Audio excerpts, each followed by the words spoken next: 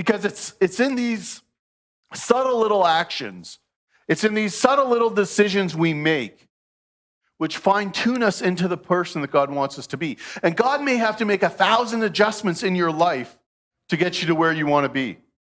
But he often gives us a vision or a perspective.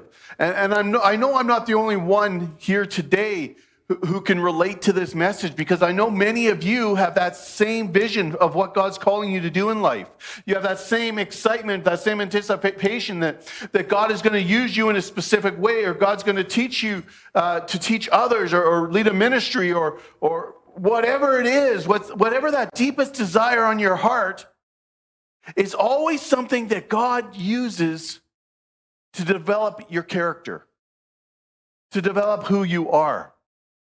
And unfortunately, as human beings, one of the only ways that this works is by taking us through struggles, by taking us through difficulties. You know, we like to believe that we're like people that as soon as God tells us to do something, we do it. Anybody at that place yet?